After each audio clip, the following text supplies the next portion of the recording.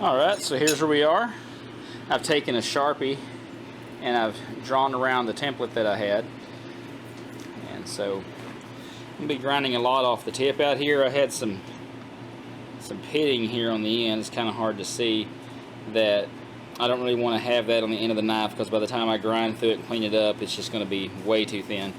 So I scooted back some just to be safe. But that being said, looks like we're ready to jump on the grinder.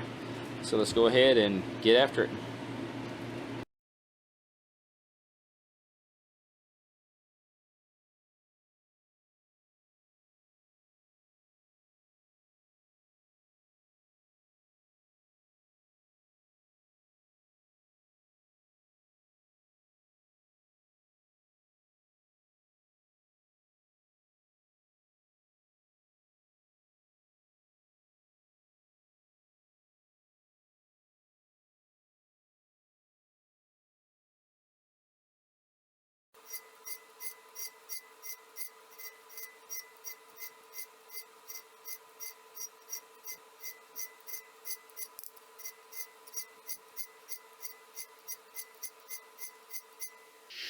Alright, so here's where we are.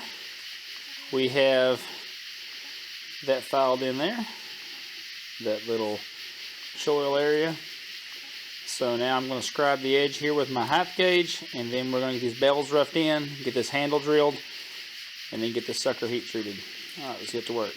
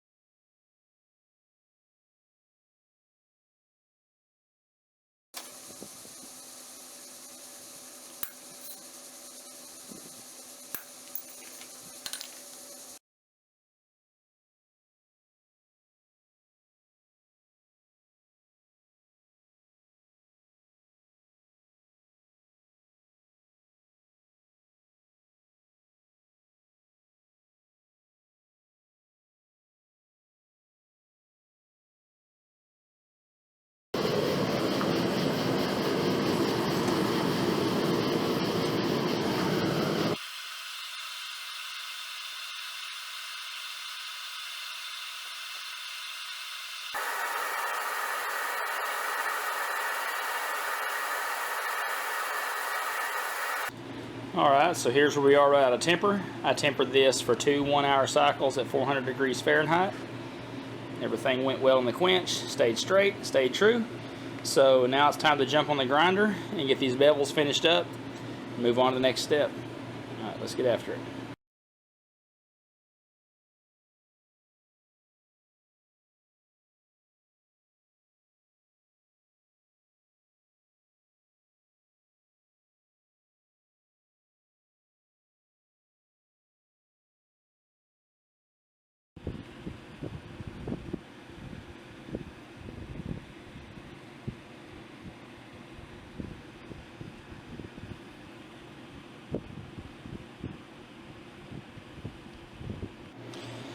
Alright, so now that we got the knife all finished ground, we're going to move on to looking at our handle material.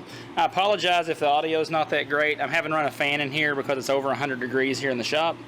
But with that being said, we're going to be using some of this acrylic handle material. This is a lot like the same material that I used on the Forged Hunter that I did in an earlier video. It was the gold and black. This is called Shark Attack, and this comes from Texas Knife Supply. And so I've used this before. Turns out really, really nice once it's buffed up. So I'll take it over to the grinder and get it trued up on both sides, and then we'll get it drilled and fit up to our knife. So let's go ahead and get to work.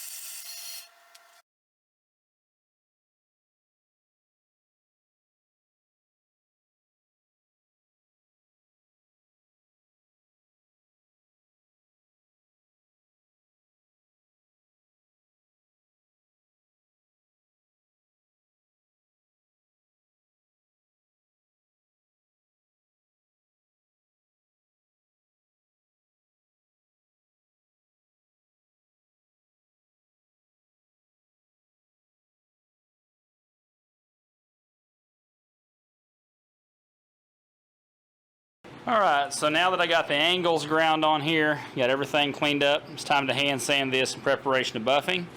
I'm going to start out with a 220 grit sandpaper. I'm going to use water for this to keep the dust down because this is pretty nasty stuff. So let's go ahead and get after it.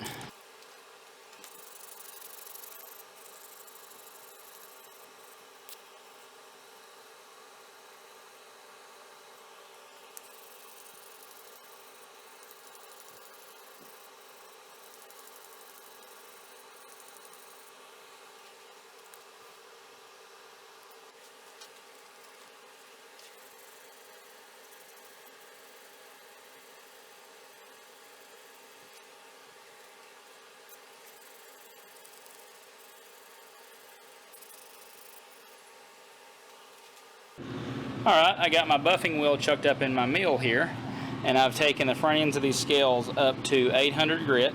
And so what I'm going to do is I'm going to use some black compound on this wheel here, and we're going to buff it.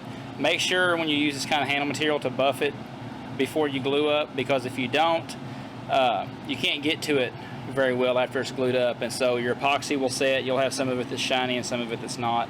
It just looks better if you go this route. It's just like oiling the fronts of wooden handle scales before glue up. So let's go ahead and get this buffed.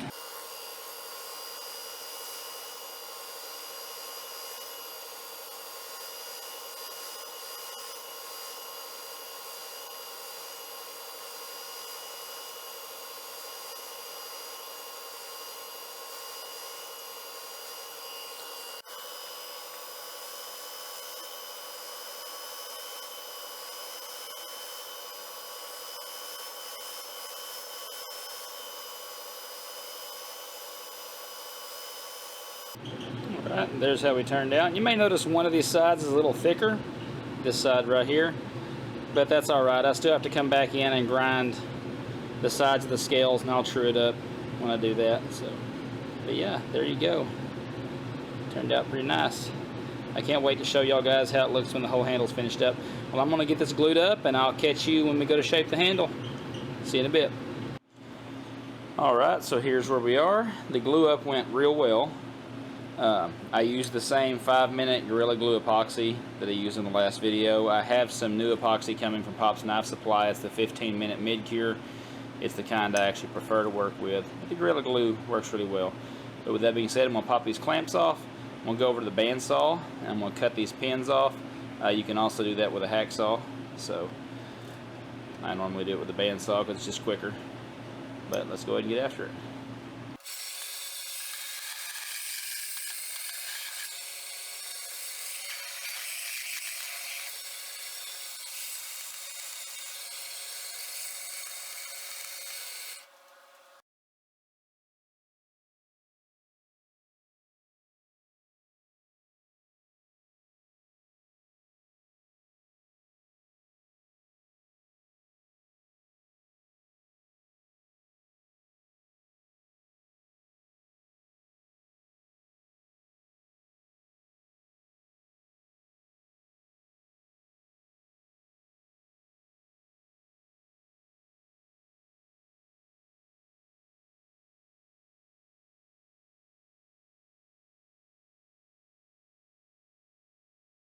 Alright, our hand sanding on our handle's coming along nicely.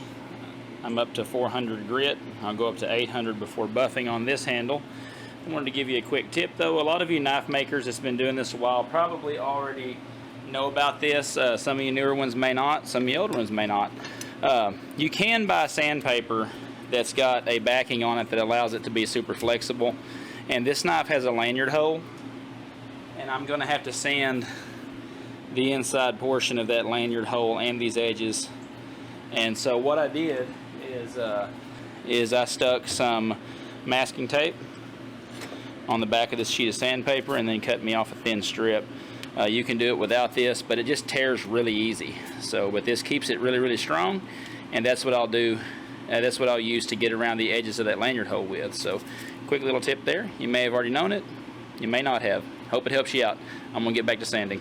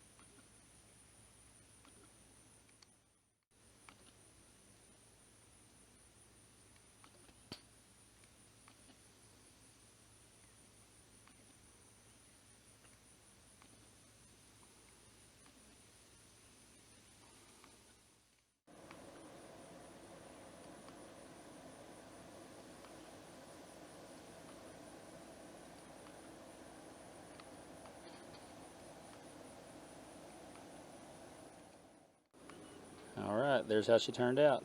I appreciate you for joining me on this build. If you would, hit that sub button down below, ring the notification bell to notify my newest content as it posts, and I'll see you next week. You all have a good one. See you soon. Bye-bye.